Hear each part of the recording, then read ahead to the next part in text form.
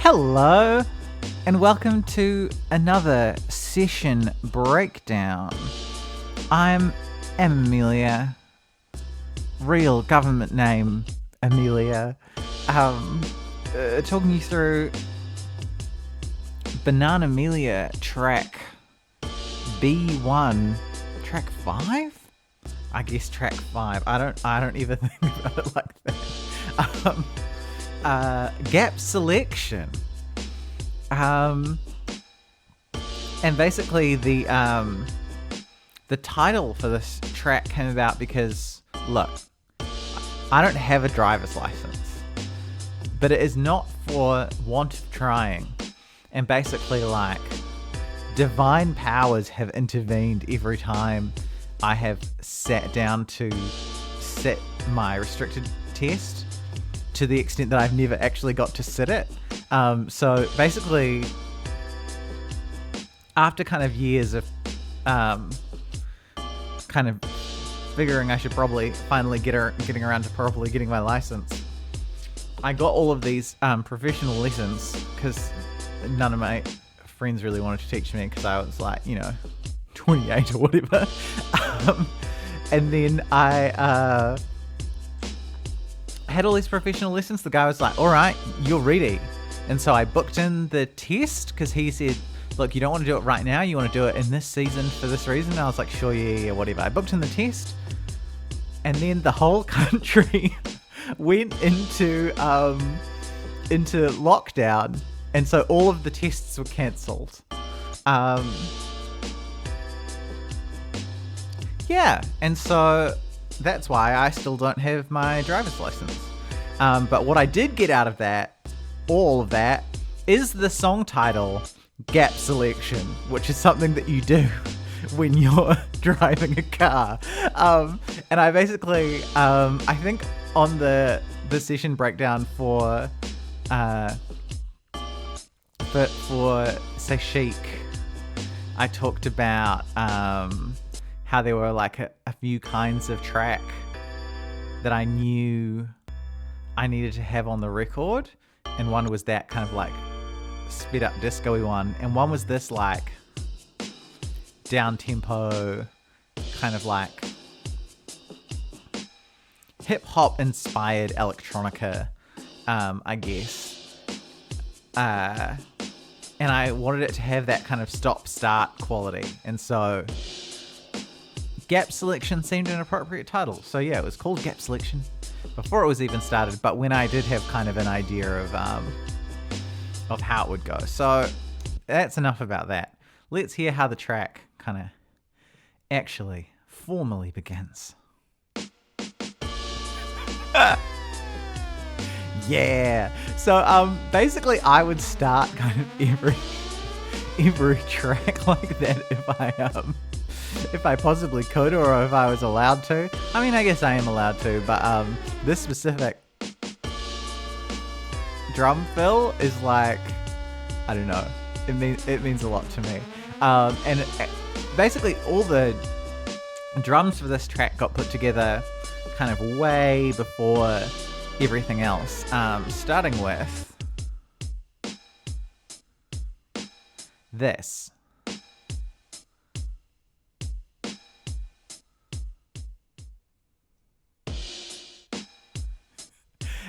So this is basically like a collection of one-shots cut from vinyl. I know really people should be doing this themselves, but I didn't. Like one of the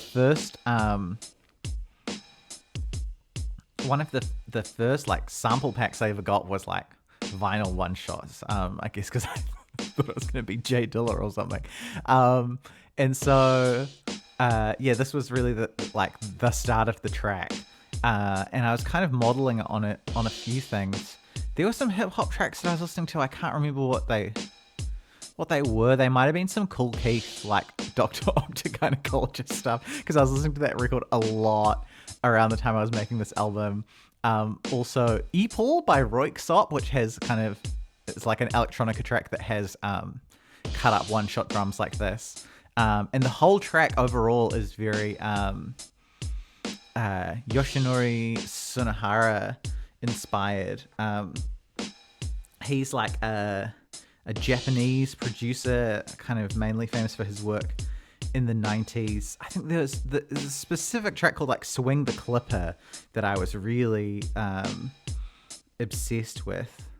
And so those were things that I was kind of like modeling. A few bits on this record I like specifically modeled things on other things, and usually it would just be like for one aspect of the track, and for this one it was really these like drums, which by themselves sound really flat. So I don't know, let's look at kind of what the processing is on these. So oh my god, that sounds terrible. Oh. So the first thing they're going through is RX 950. So this is a simulation of an ADDA converter, which is basically just like the thing that turns like your analog signal digital and vice versa. And this one is modeling the specific one that is on the Akai S950, which was the kind of like big sampler of like jungle drum and bass, the kind of like big rack sampler. But the really cool thing on here, look, you can see I'm not using the filter at all. I'm kind of juicing the input gain a little bit, but this bandwidth width control is very cool, doing some kind of filtering of some kind, but it feels a lot more natural than just using a kind of a, you know, just like a kind of a, you know, like a resonant filter. So that's very important to this kind of gluing all these like disparate kind of one-shot samples together. Then I've got my favorite reverb, 8% of medium haul. You can barely notice it. And Head Crusher doing some saturation. Quite a bit of saturation on this one, more than all the other things we've looked at. And that's basically it for this. Because like, yeah, to me, a lot of that sound is like, the processing is like the sound of the machine it's being run through. And obviously I'm not running it through a machine, I'm running it through my computer. So these, apart from the reverb, although I guess, I don't know, if you were running it through an MPC or something, you might, like an SP404, you might have your own reverb. But the RX 950 and the Head Crusher are kind of like to simulate you're using an old sampler that has some nice shaping on the output. But the thing that really makes the drums kind of turn into something a little bit listenable and groovy, there's this shaker.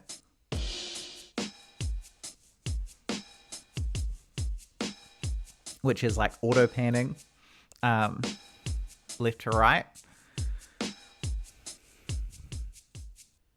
And shakers always add a little bit of groove because they're never like precisely on the beat. It kind of adds a little bit of human wonkiness, even if it is just like quite a short loop.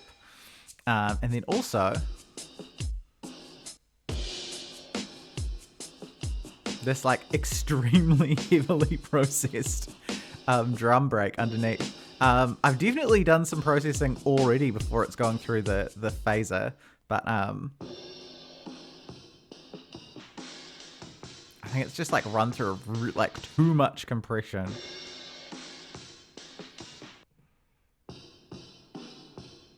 But then altogether, yeah, drums. So this track uses lots of loops. So we're basically going to be talking about the stuff that happens at the start for ages, and then the rest of the track's just going to kind of run, I guess. So let's see what's going on in the instruments. So the main thing, if you get rid of this synth lead, which I guess is the main thing of the track, this sample that the track is built around is the end of Marble Run, the first track on the record. And I'm not even running it through a sampler, I've just literally like repitched it. which changes the whole pitch of side 2 is in B flat, because I wanted to re-pitch this, and then I wanted the other tracks to be in the same key as this one, and it made sense for it to go down. The BPM of this track is like 140, so it like made sense for it to go down. Yeah, it's kind of funny, but it's got everything. It's got the sub, the piano, it's got the bell, and you can see I've just kind of like chopped it. I'm the first person ever to flip Marble Run. I don't know if anyone else will ever bother doing it, but this proves that you can do it. Oh my god, these cuts are so rough around the edges. I hope that popping doesn't sound on the final record. Oh, maybe it's fine. But like, yeah, so like this is basically a beat, but then this kind of like almost like dub siren-esque synth lead, which is quite funny to me, actually. So I kind of needed to make this work. I kind of needed to do it on like a real synth, so I could like fiddle with the knobs. I don't have like a MIDI controller or whatever that would allow me to do that in a kind of an easy way with a soft synth. Like, I made this whole record basically without a mouse, without like a MIDI controller or any of that stuff. It's all like me and the trackpad, like 93 to infinity. So I basically, my mono synth had one oscillator, and so to get a big thick 2 oscillator sound, I need to record the same bit twice. And actually, I think this bit, it would not sound nearly the same by doing it actually with like a detuned 2 oscillator synth. But yeah, basically it's this one part played twice, and it's just like big octaves, and I'm playing with the speed of portmanteau, so that's like basically how fast it slides between notes. And I think I'm also writing the like a pitch LFO and changing like how much the pitch is affected by a slow LFO, so that they like detune kind of on and off. And because the portmanteaus are also at different times, you get this big kind of out of tune thing happening when they slide down. So you can hear like when they come in, they're basically like very in tune with each other to a kind of a slightly unpleasant extent almost.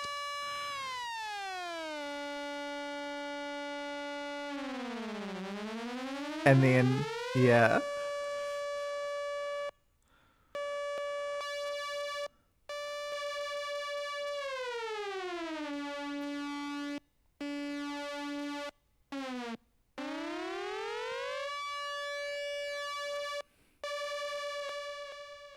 Yeah, so I basically would have recorded that as like one big just going up and down over and over again, and then gone back in and like recut it so it does this like stuttering thing.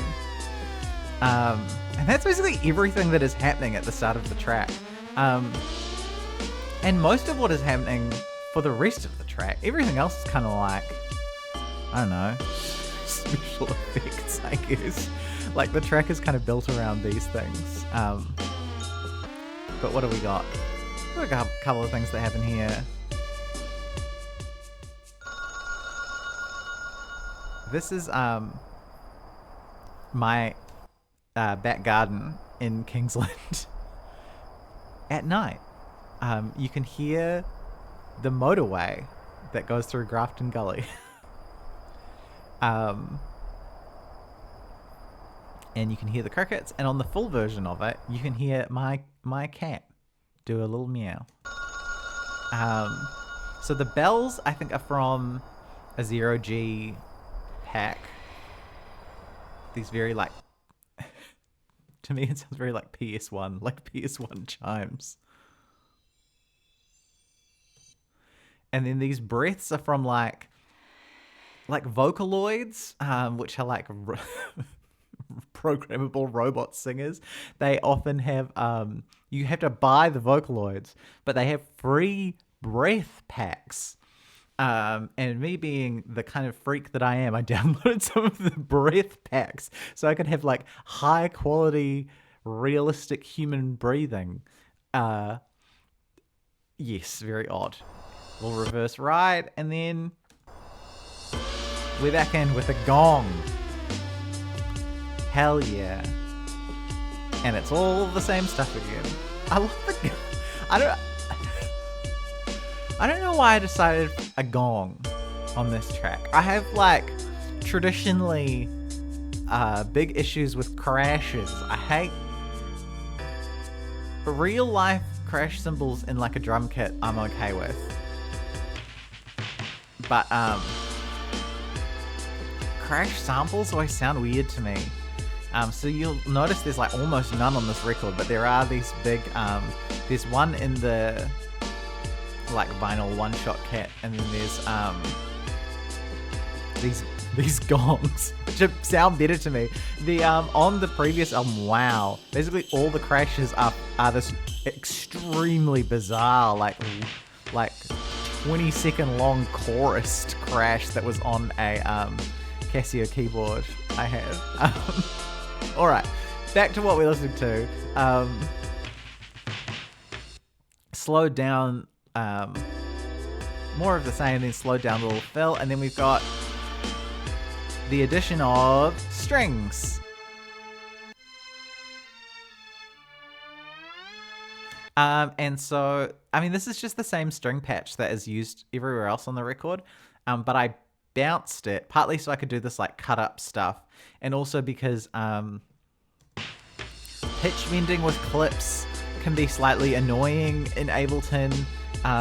If you like cut off a pitch bend in MIDI and then it goes into a track that doesn't have any pitch bend information, it'll just like stay out of tune, and so you have to like program in like a node at no pitch bend.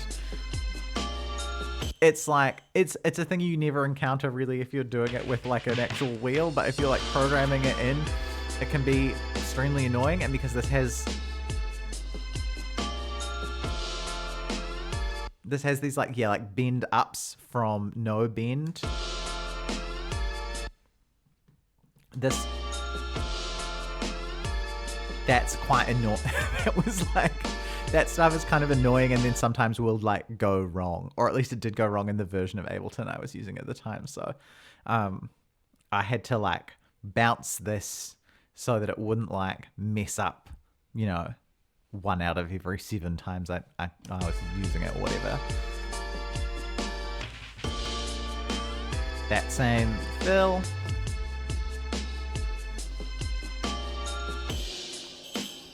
Sleigh bells, which are a lot of this project is me using like the oldest samples on my computer, because the strings are like from a sample that I was led to believe at the time was like the synth sound that was the basis for Madonna's Vogue.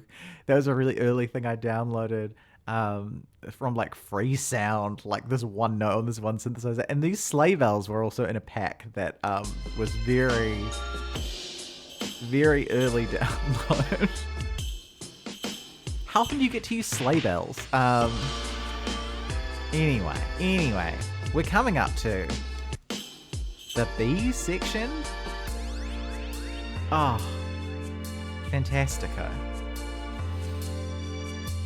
So basically, to get a B section for this track was slightly a pain because I wanted to sample Marble Run, but Marble Run is like the same thing over and over again. So I basically had to like get in all of the instruments that I used, which was easy because they're like the same instruments I used on the whole album. And then, so that's like the sampled piano, the sine wave bass, the strings, and then just like write a part at the pitch and in the key of Marble Run, and then slow it down again so I could sample it to be the B section of this track.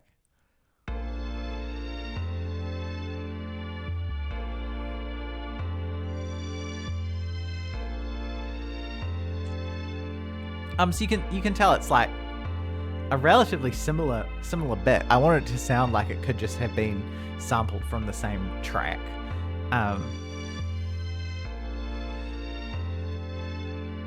But it's I think I've run it through like, it sounds like I might have run it through Smackos Tape Station. I don't know if I actually have that on this computer to show you. Do I?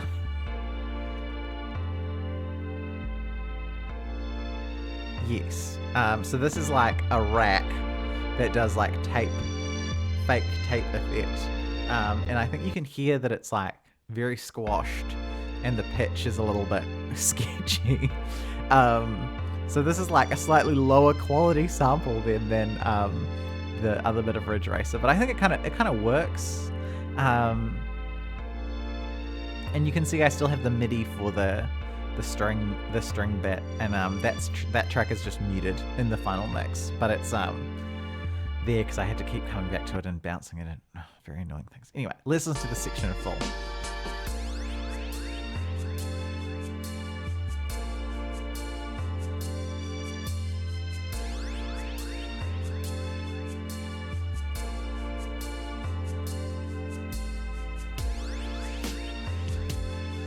Hell yeah. And so the other main elements in the section are, I was really like doing this record is so Galaxy Brain. I think I must have on purpose been like, I'm going to use all the oldest stuff I have on my computer. So this is like a sound effect. You can see it's got like a ping pong delay. This is a sound effect from a website called breakbeatparadise.com it's a very old, I think last time I tried to go there, you can still go there. It's breakbeat-paradise.com. And you could just download all these sample packs people had made, mostly of like extremely like rough as sounds, like sample of a sample of a sample of a kind of like processed of a sample. But it's so like textured, and it would take, like, I'd have to run something through some stuff to make my, like, synth pitch rise sound as good as this. As shit as this, I guess. I love it. And then also, I've downloaded this, like, brushes pack from, which I think someone must have just, like, recorded themselves.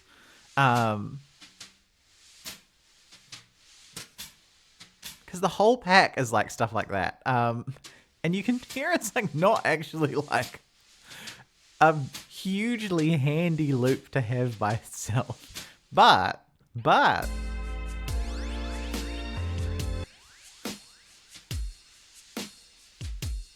underneath the one-shot cat. Oh, that's like one of my favorite bits of the whole record is this.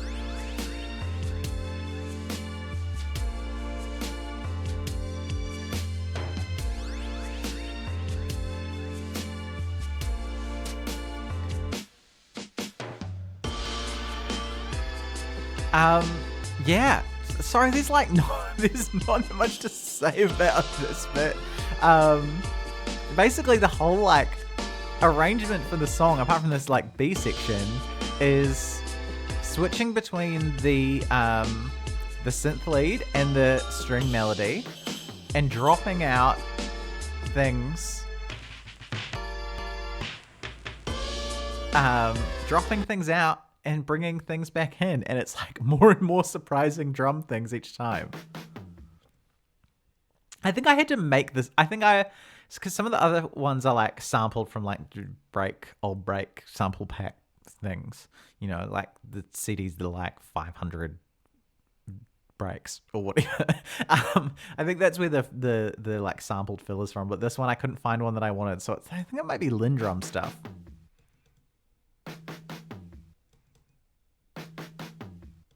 That sounds pretty good.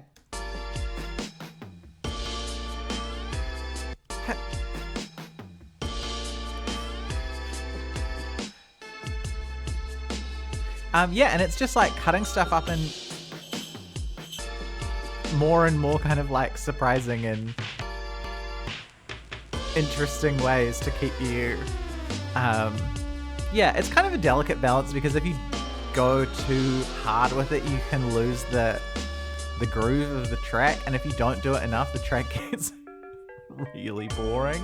Oh, that's nice. That's the little pling plong sound from French press.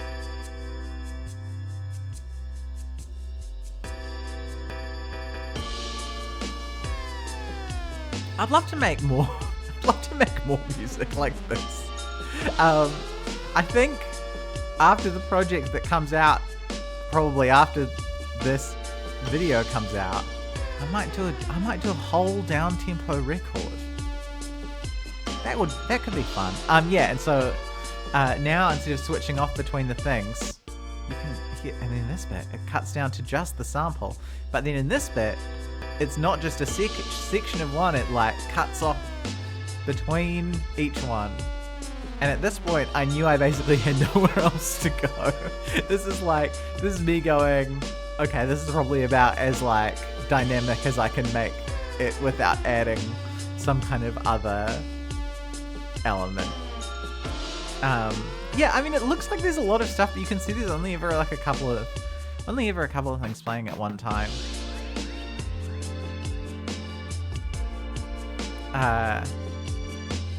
Yeah. And those, the beautiful brushed drums only in one section.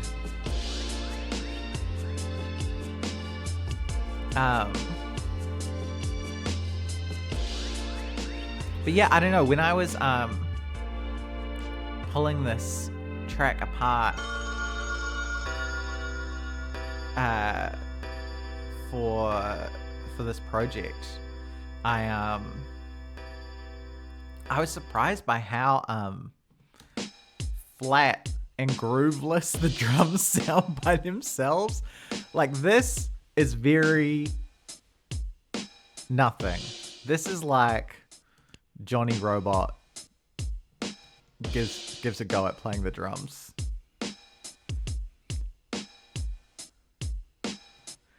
The shaker is a little bit of something. And this is kind of almost there, but there's something, it's so fascinating to me how kind of all of these elements, which are all very like MIDI and on the beat and plugged in, you can kind of get them all together and suddenly it has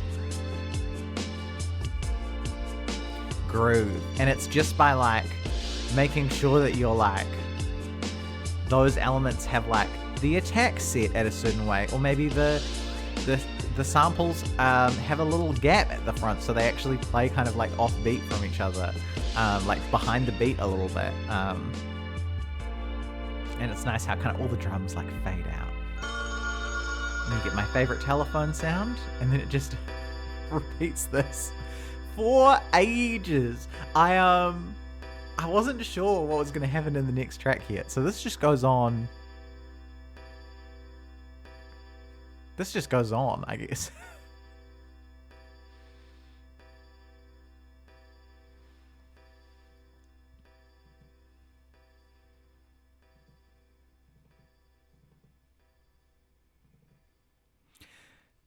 And I guess that's gap selection. Thank you.